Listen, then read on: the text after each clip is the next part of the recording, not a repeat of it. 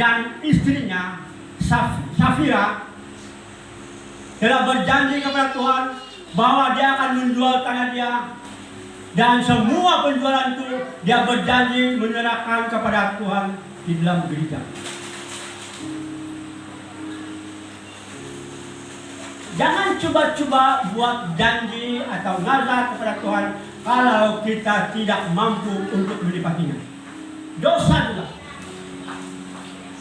Setelah Ananias menjual tanah itu, maka sebagian separuh dia kasih tinggal di rumah dia, dan separuh saja dia kasih masuk di tempat tabung gereja.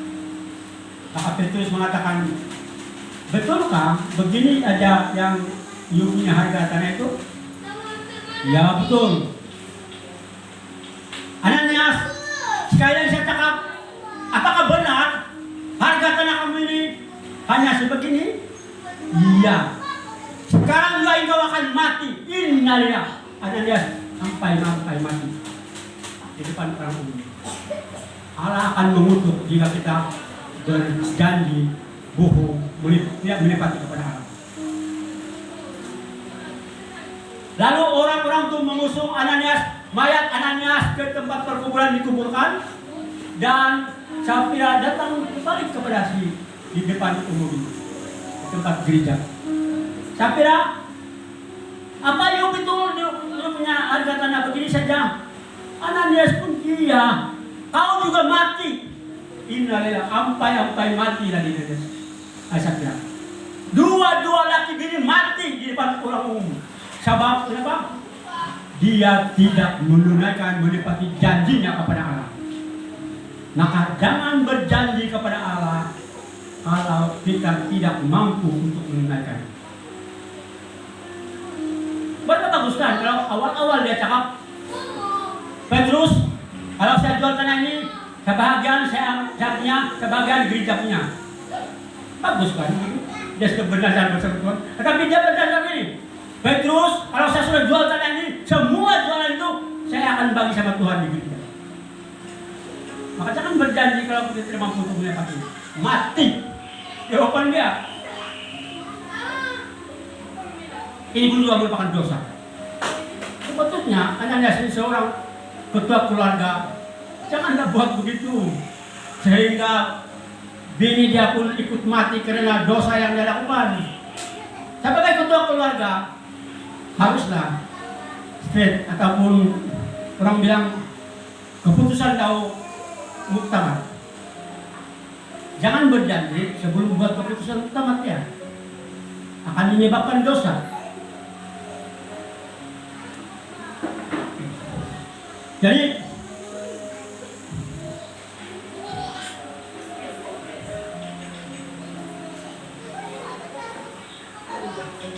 persoalan kita, bagaimanakah sikap, tindakan dan perbuatan kita atau keluarga kita agar diberkati oleh Tuhan, seterusnya menjadi berkat bagi orang lain.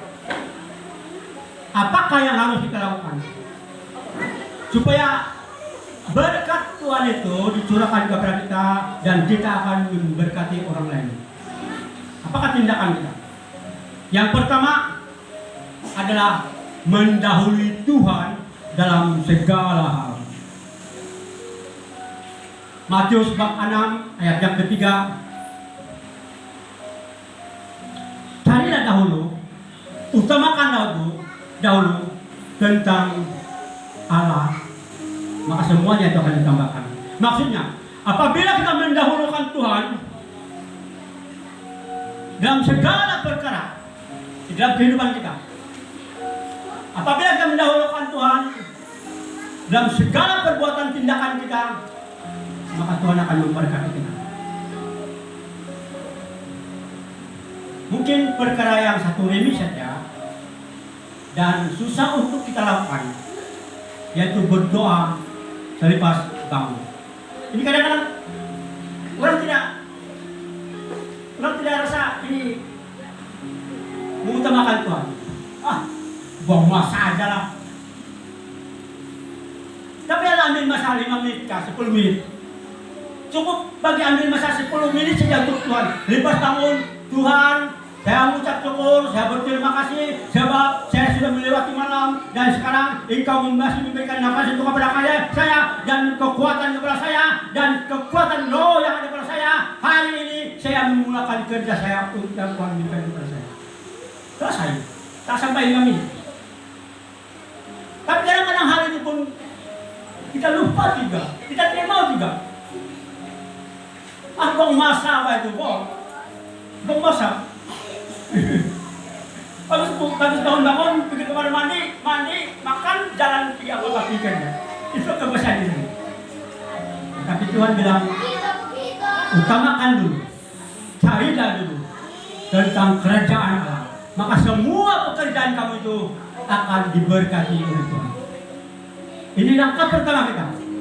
Bagaimana Tuhan supaya kita mendapat berkat dan kita akan memberkati orang lain. Utamakan Tuhan dalam segala hal di dalam pekerjaan kehidupan kita.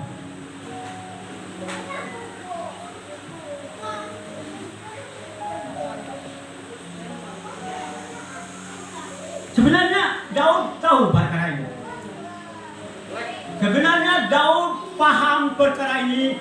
Utamakan dulu, carilah dulu tentang Allah, maka berkat akan dilimpahkan kepada kamu. Kalau kita melihat di dalam 1 Samuel bab 17 ayat 34 sampai 37, di situ Daud mampu membunuh singa dan serigala.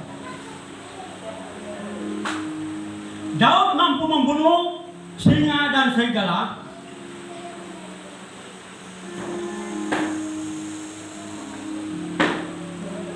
dengan, dan siapa yang katakan?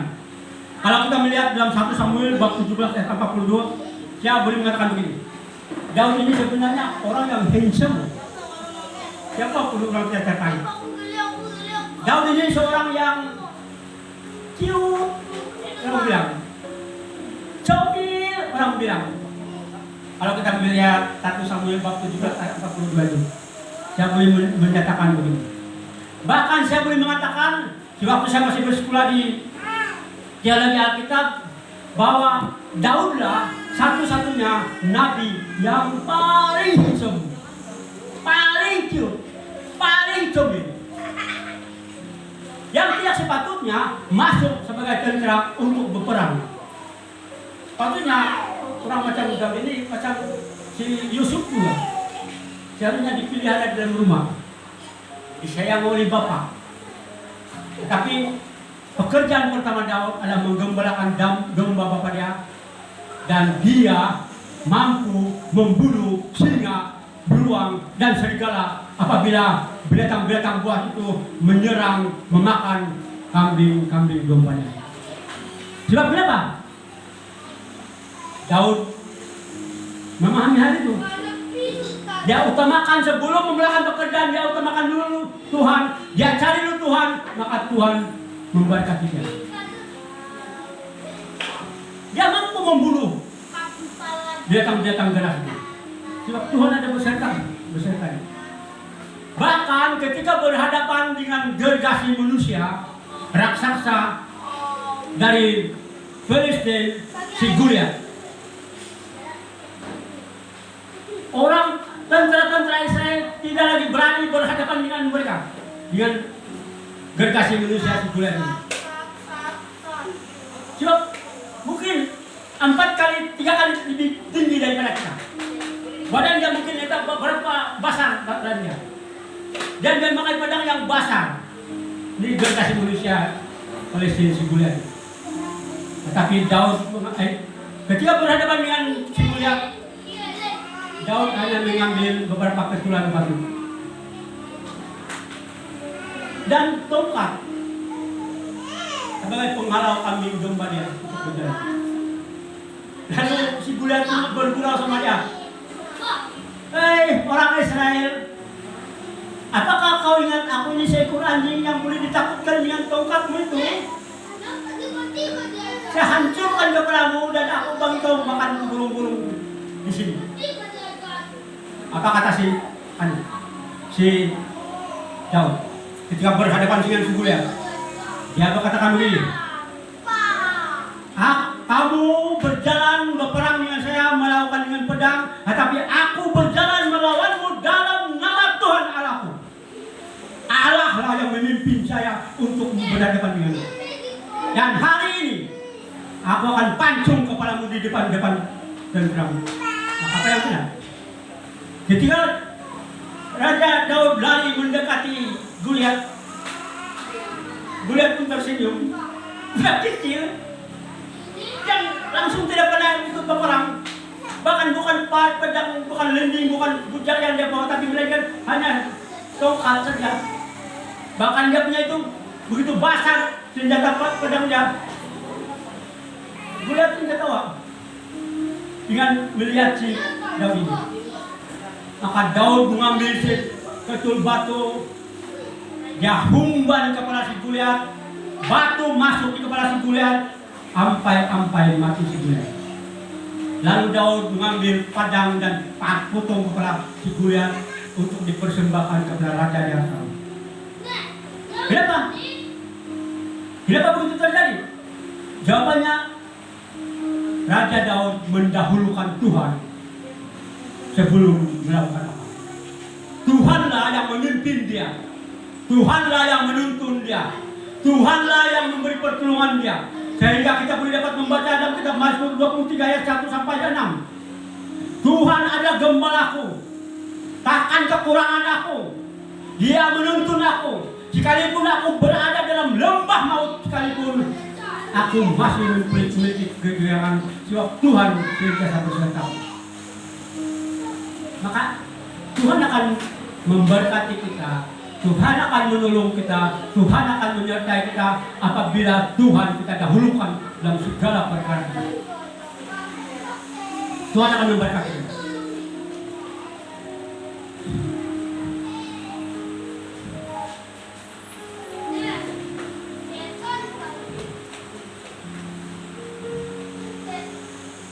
Hal yang kedua, bagaimana Allah mencurahkan berkat kepada kita dan kita dapat memberkati orang lain. Yang kedua adalah kita memiliki tangan yang ringan. Kita haruslah memiliki tangan yang ringan untuk membantu, menolong orang dalam kesusahan yang memerlukan. Akan bagaimana kesusahan dunia? Kung mau anak niya, dahil mo itong tanak. Di mo ito saan tulong, akan mo kalahon tutulan ka, asa ka lang mga anak, daw din nyo. Sebagai orang Kristen, haruslah memiliki tangan yang ringan untuk membantu, tumusupo, itulun, para kesusahan. Sebab begini firman Tuhan,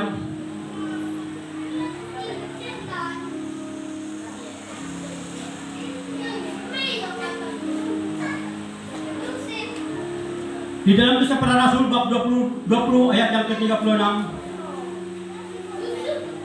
adalah orang yang berbahagia,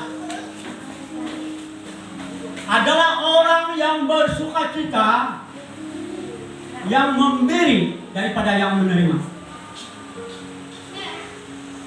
O higak na tulun, o sinang na tulun, agaan na daon manahak, daripada ini agaan na daon menerima. Hati magdabalik po. So wala lang balik kita punya prinsip itu. Prinsip kita manusia ini. Orang memberkati kita terima. Tetapi prinsip Alkitab begini. Kalau kita memberi, maka kita akan diberkati. Kita lah yang orang dikatakan berbahagia kalau kita memberi. Jadi hal kedua yang dapat ko mo ngano prinsip sebagai Kristen supaya Allah memberkati kita, yaitu kita memiliki tangan yang ringan untuk memberi. Supaya berkat Tuhan itu dapat berjalan dalam kehidupan kita.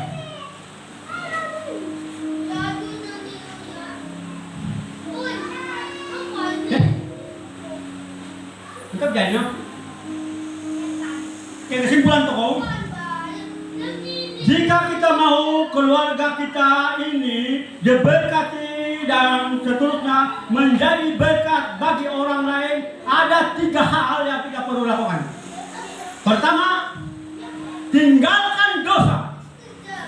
Jangan izinkan dosa itu berada di dalam kehidupan kita.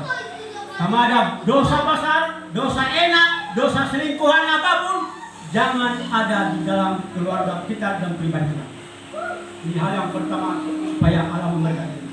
Hal yang kedua, dahulukanlah Tuhan.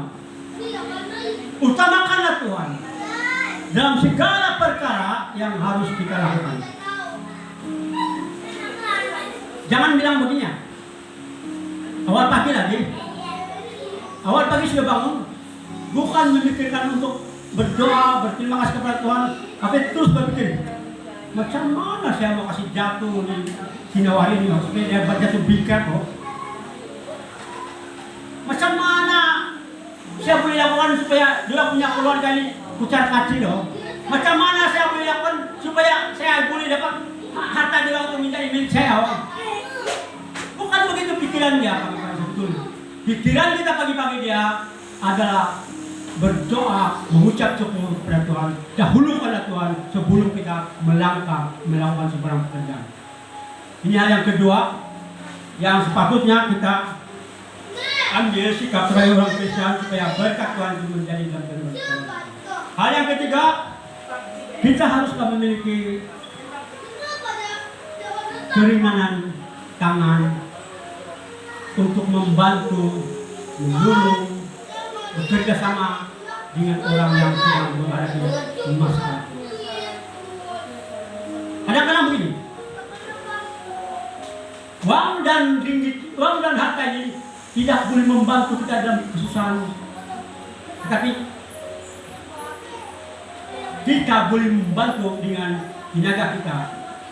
Contoh yang paling sedikit, paling kecil sangat. Waktu saya masih di KK, ada seorang kawan saya, orang kaya ini. Dia miliki ada 3-4 rumah di KK. Dia masuk hospital, jadi cara lain. Jadi kekayaannya itu dia tidak mampu menyelamatkan dia. Hanya yang mampu menyelamatkan dia, dia terpaksa menerima bantuan 2 poin darah. Kita yang miskin pun, kalau kita jumpa dengan dokter itu, kalau cukup kita punya darah, kita boleh bagi dia. Itu sedang ringan hati kita untuk membantu orang dalam kesusahan. Uang dan ringgit kadang-kadang tidak boleh membantu kita untuk menyelamatkan diri kita. Dan uang dan ringgit kadang-kadang tidak diperlukan untuk orang lain, tetapi tenaga kita, pemikiran kita yang harus kita bantu orang lain. Jadi tema kita hari ini, keluarga yang diberkati dan menjadi berkat bagi orang lain, yaitu 3 hal penting ini. Bukan 3 hal penting, banyak lagi peraturan-peraturan dalam gereja ataupun dalam ibadah, dalam Alkitab. Tapi untuk hari ini kita telah belajar 3 hal penting supaya Allah memberkati kita dan kita memberkati orang lain. Mari kita tunduk kepala dan kita berdoa. Bapa kami yang di surga, yang kami sembah, kami puji, kami muliakan di dalam nama Yesus Kristus. Terima kasih Bapa di atas firman yang sebentar Engkau berikan kepada kami, yang membuka hati kami mengikutimu, berjalan seiring denganmu Tuhan, supaya kami tidak membenarkan sedetik pun dosa bekerja di dalam kehidupan kami. Kami sudah melihat dosa yang dilakukan oleh Raja Daud, yaitu dosa selingkuhan yang menyebabkan Raja Daud dikutuk oleh Tuhan. Maka janganlah hal yang perkara dosa kecil itu pun berada dalam setiap pribadi kami. Kami juga belajar dari Tuhan hari ini bahwa supaya Tuhan dapat terus bersama-sama dengan kami, yaitu Tuhan harus kami dahulukan di setiap pekerjaan kami. Terima kasih Tuhan. Terjadi hal itu dalam kehidupan kami. Demikian juga Tuhan Engkau mengajarkan kami pada hari ini bahwa kami seharusnya umat yang percaya dan mengikuti Tuhan adalah orang yang memiliki tangan-tangan yang ringan untuk membantu orang yang Tuhan. Terima kasih Tuhan. Terjadi semua hal itu dalam kehidupan kami, di dalam keluarga kami, di dalam masyarakat kami, di dalam kelompok kami, di dalam jemaah kami, sesuai dengan kehendak dan rencana Tuhan sendiri. Tuhan Bapa kami yang di surga, sekali telah kami persembahkan